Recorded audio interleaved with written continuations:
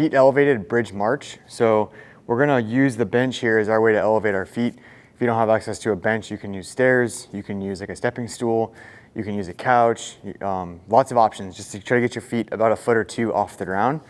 If you get a little bit too high, it's gonna make it easier. So typically the higher the box, it'll get your legs more vertical. It becomes a little bit easier. The lower the box, the harder it's gonna be.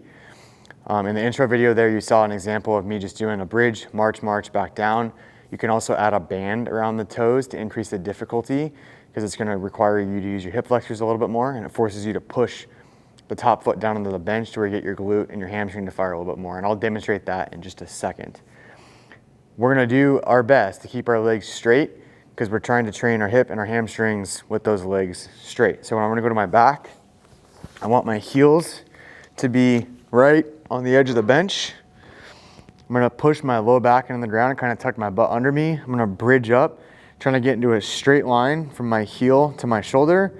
And then I'm gonna go into a march and into a march and then back to the ground. Bridge up, march, march, back to the ground. Now what we really will see as a compensation pattern is that someone gets tired, or if they're not strong enough to get all the way up, they will really arch their back and their ribs will open up and their hips will kind of dip down and they'll kind of hang out with their knee locked out and all the way into extension and do their march versus actively kind of keeping their hips engaged, stay in a straight line to get the hamstrings to fire even more, which is what we're after when we go into the bridge, into the march.